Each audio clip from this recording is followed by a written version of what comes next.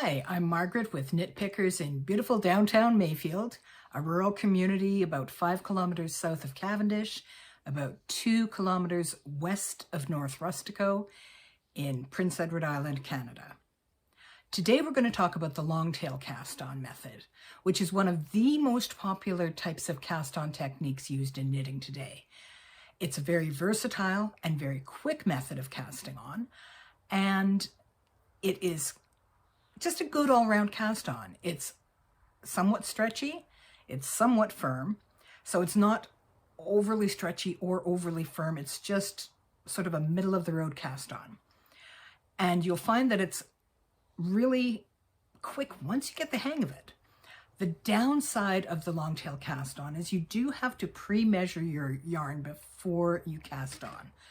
And if you miscalculate your measurement, you could run out of yarn before you finish casting on all of your stitches. And that can be so frustrating.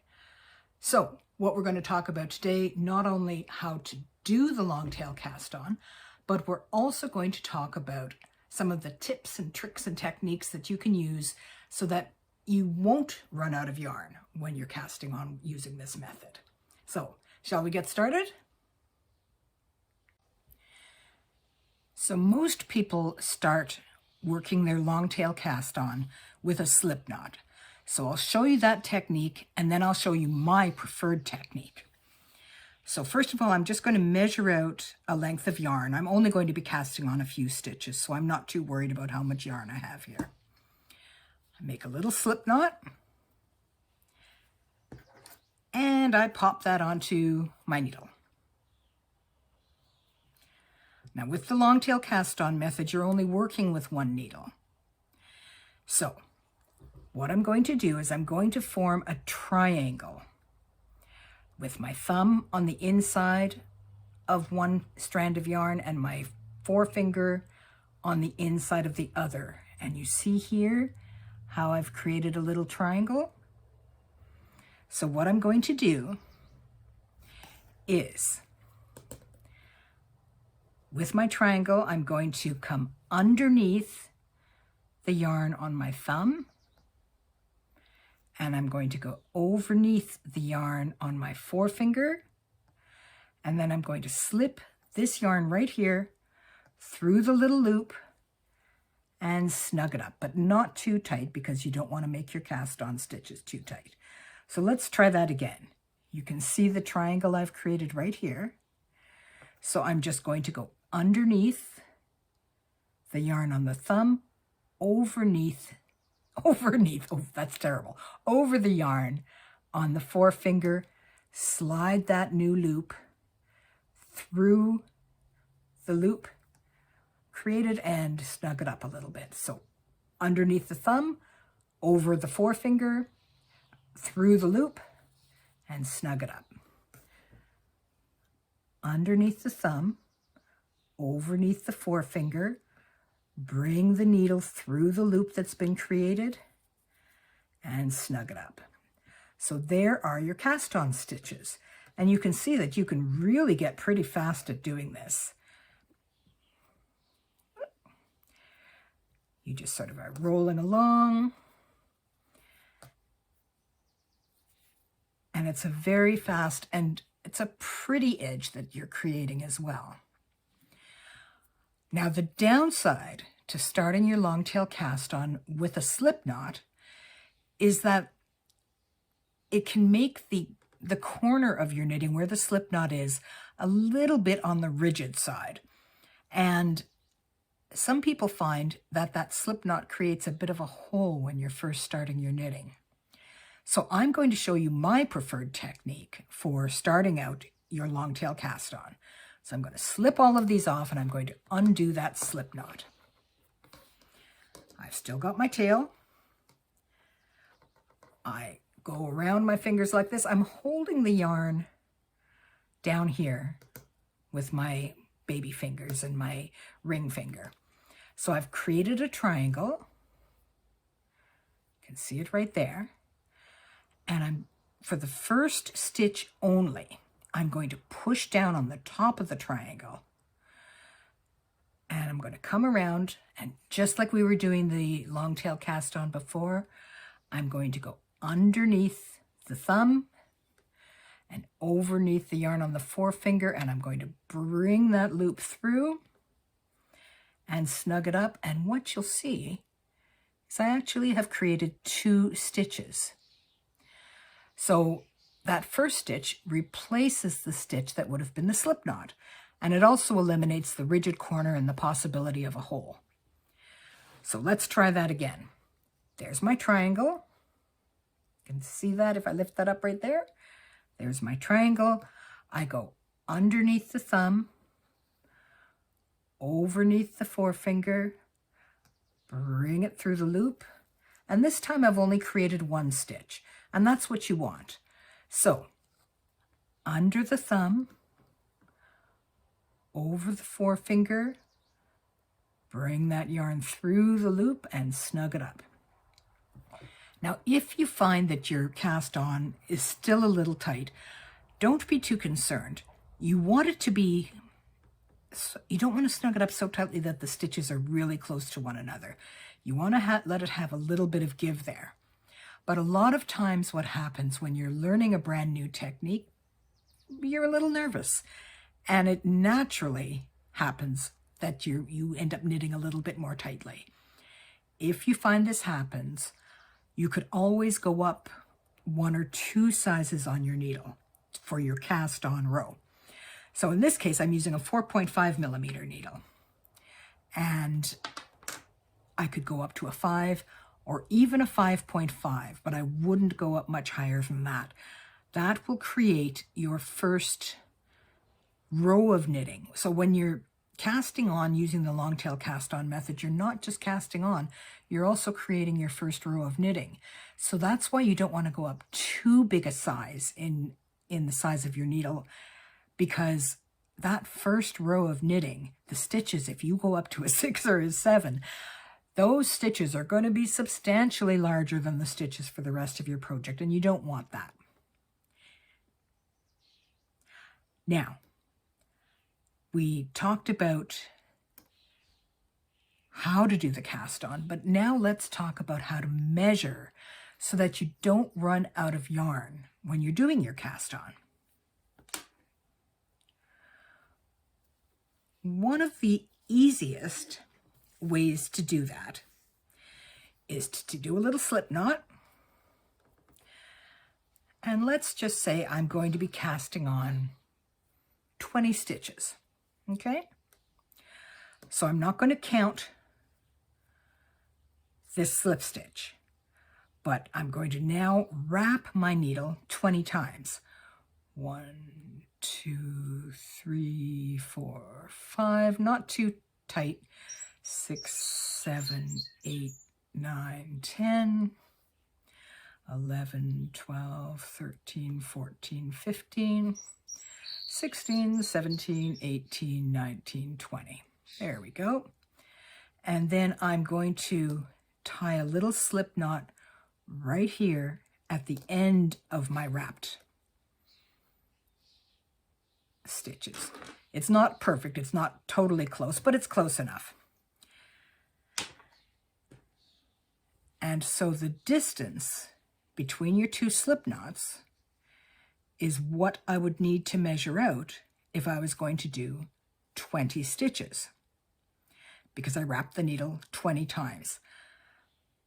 So what I could do is then I could measure out down my length of yarn to my slip knot, and there's 40.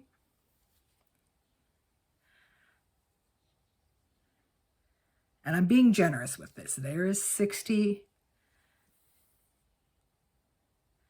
And there is 80. Whoops. And here is the yarn that I would need to cast on 100 stitches. So I just measured my length of yarn needed to make 20 stitches, measured that out 4 more times, and that gives me a total of 100 stitches. Now that particular wrapping method, I find it's good if you're knitting a smaller project, if you're knitting socks or mittens or something that you're not casting on too many stitches. A more accurate way to measure, and it's sort of like doing a knitting swatch. When in some of our earlier videos, we talked about swatching and how it gives you an accurate idea of how many stitches and how many rows there are in a sample piece of knitting using a certain size needle and using a certain weight of yarn. So this is sort of like making a sample swatch with your cast on. So what I'm going to do is I'm going to measure out a length of yarn. I'm only going to be casting on 10 stitches, so I don't need too much. And here in the center, I'm going to make my slip knot. Now this slip knot does not count as one of your stitches. So I put that slip knot onto my needle. I form my triangle, and I'm going to cast on 10 stitches. So under the thumb, over the forefinger, and snug. Under the thumb, over the forefinger, and snug. Under, over, snug, under, over, snug.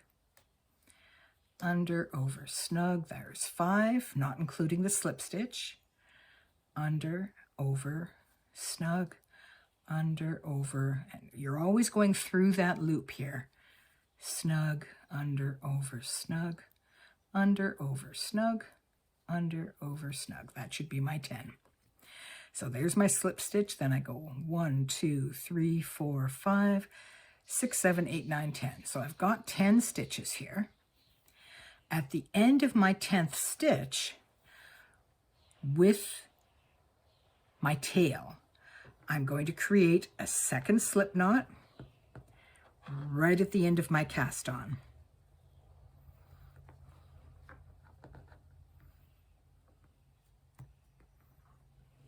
So here we go. A second slip knot at the end of my cast on. Let's slip these stitches off.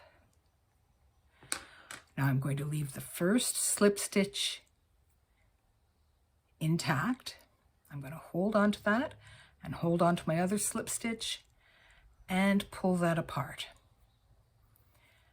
And that is exactly how much yarn I need to cast on 10 stitches. So you could either measure that out, and let's just say it's 5 inches. I don't know, but let's just say it's 5 inches.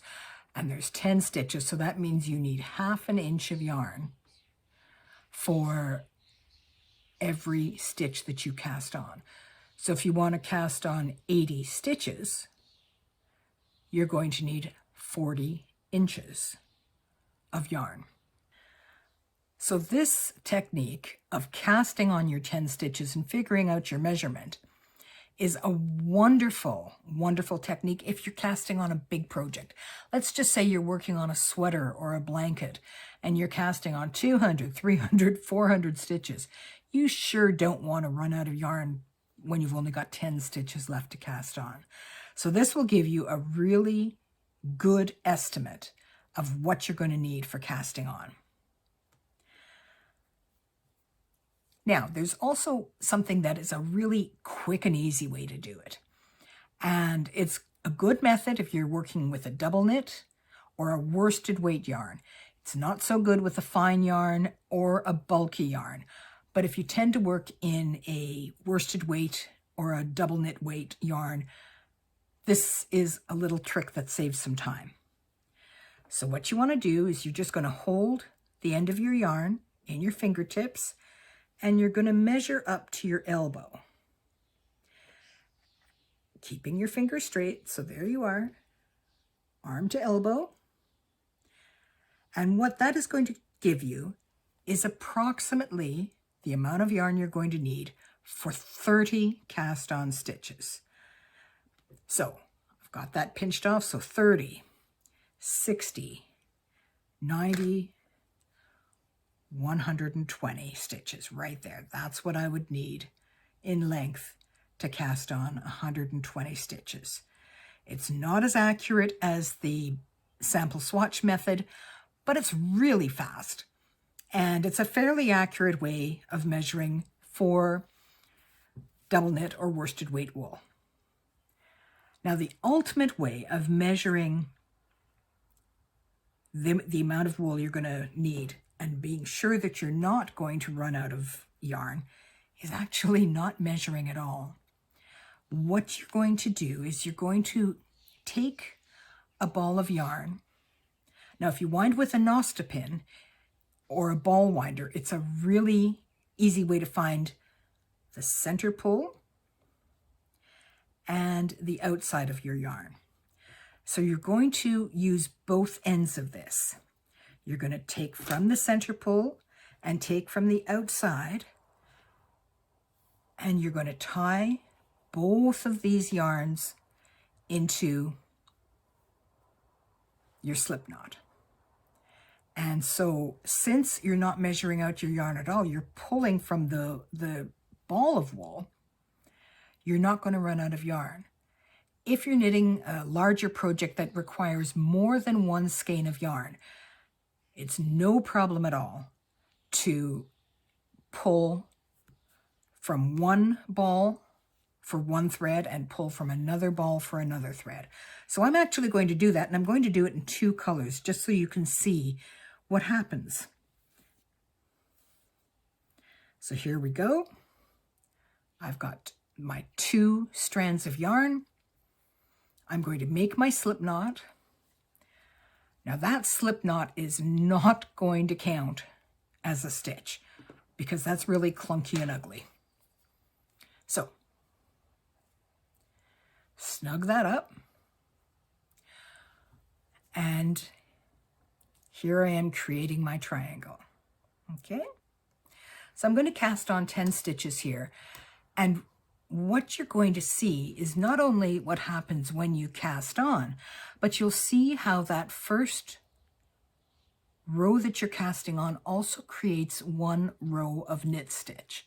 And that's important to remember because if you're working a pattern and it says cast on your stitches and then knit 12 rows in stockinette, you would start out with your purl row for your first actual row of knitting, because stockinette is knit a row, purl a row, knit a row, purl a row. And if you are casting on using the long tail method, you've actually knit your first row as well. So your second row, you're going to start with a purl row. So here we go. Red is on the left and beige is on my right. So under my thumb, over my forefinger, through the loop, and snug it up. Under the thumb, over the forefinger, through the loop, and snug it up. Under, over, snug, under, over, snug. And we're just going to cast on 10 stitches here. Under the thumb, over the forefinger, and snug it up. So there's my slip stitch that's going to be coming off. That is not counting. So here I've cast on 6 under the thumb and over the forefinger, 7, 8, 9, and 10. And what you're going to see here is you have your cast on row, and you actually have a full row of knitting here. If I turn that around, you can see the little bumps that are created with your purl stitches. So what I'm going to do is I would break one of my yarns, and since I'd be knitting in the beige, that's the main color here,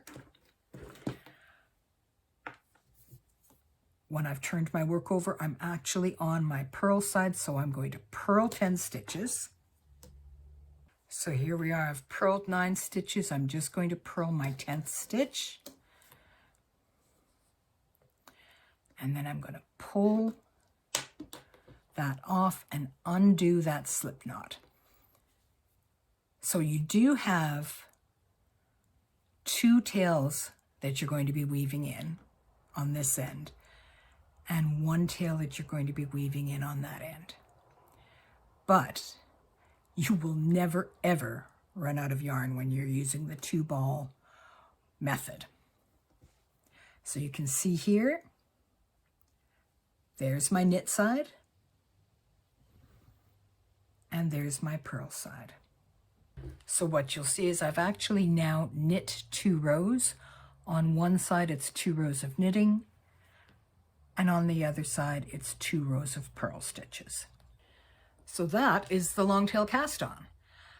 Now remember, you can start it with a slip knot if you want to, but I prefer personally, but it's just my own preference, to use the technique where I take the needle and I press down on the yarn in the top of the triangle before I start the slip stitch and going underneath the thumb and overneath the forefinger. That way you don't get the rigid edge and you don't get a little hole in your knitting. And remember that there's a few different ways that you can measure out your yarn to make sure that you are not going to run out of yarn when you're doing your long tail cast on. You can wrap your needles and measure it out that way. You can do a sample swatch and measure your yarn that way. You can also, if you're using a double knit or a worsted weight wool, measure between your finger and your elbow for about 30 stitches. And finally, you can use the 2-tail method where you're using 2 different balls of yarn, or you're pulling from the center of one ball and the outside of that same ball.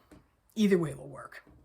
So I hope you enjoyed our video tutorial, and happy knitting!